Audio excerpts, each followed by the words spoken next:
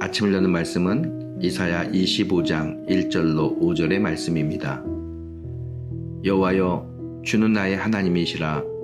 내가 주를 높이고 주의 이름을 찬송하오리니 주는 기사를 옛적에 정하신 뜻대로 성실함과 진실함으로 행하셨습니다.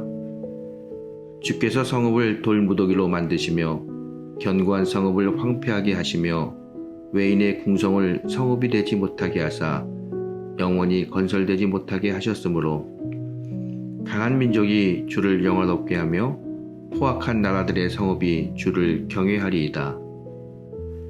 주는 포악자의 기세가 성벽을 치는 폭풍과 같을 때 빈궁한 자의 요새이시며 환난당한 가난한 자의 요새이시며 폭풍 중에 피난처시며 폭양을 피하는 그늘이 되셨사오니 많은 땅의 폭양을 제함같이 주께서 이방인의 소란을 그치게 하시며 폭양을 구름으로 가림같이 포악한 자의 노래를 낮추시리이다. 이사야 25장은 하나님을 찬양하는 내용을 말씀하고 있습니다. 하나님은 의롭고 공의로운 분이시기 때문에 찬양받기에 합당하신 분입니다. 하나님은 이 세상을 중원하시는 분입니다.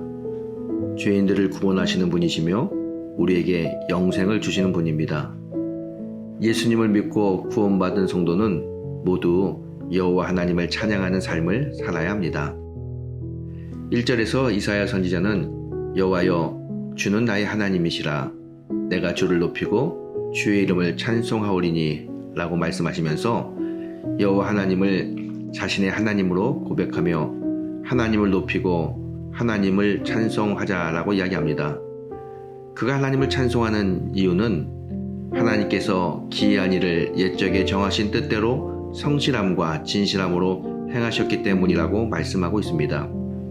이것은 하나님께서 자기 백성 이스라엘을 아스루와 바벨론으로부터 구원하신 일을 가리키는 말씀입니다. 이사야 선지자는 이 모든 것이 다 하나님이 옛적부터 계획하고 행하신 일이라고 말씀하고 있습니다. 또 선지자 이사야는 2절 3절에서 이렇게 말씀하고 있습니다.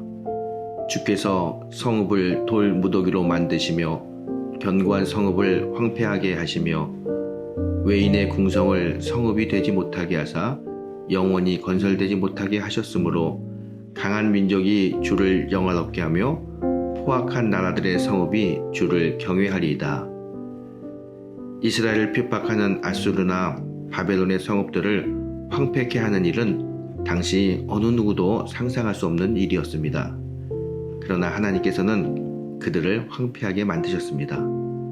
그러므로 하나님의 이 놀라운 일들이 이루어질 때 강한 민족들과 포악한 나라들이라도 하나님의 위엄과 능력을 인정하고 그를 두려워할 것이라고 이사야 선지자는 이야기하고 있습니다. 그래서 이사야 선지자는 하나님께서는 어떠한 환난이 와도 성도들의 피난처가 되신다고 말씀합니다. 4절의 말씀입니다.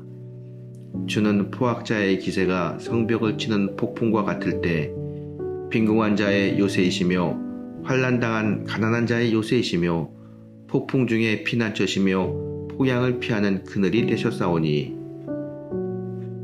신앙이라는 것은 환난이 없는 것이 아니고 환난이 온다 하여도 오히려 하나님의 보호를 받게 되므로 더욱 하나님을 찬송하는 것입니다. 이 땅에서 사는 성도에게 종종 어려움이 올 때가 있습니다. 그때 우리는 더욱 하나님을 찬송해야 합니다. 왜냐하면 우리가 찬송할 때 성도는 하나님이 보호하시는 역사를 체험할 수 있기 때문입니다. 이사야 선지자는 본문을 통해 성도는 하나님께서 자기 백성을 보호하신다는 것을 확실히 믿어야 한다라고 말씀하고 있습니다. 하나님께서는 우리의 피난처시며 환난을 피하는 그늘이시기 때문입니다.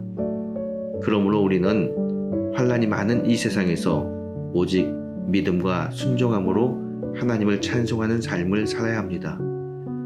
우리가 날마다 하나님을 찬양하는 삶을 살 때 우리의 영혼은 천국의 소망으로 기쁨이 충만한 삶을 살게 될 것입니다.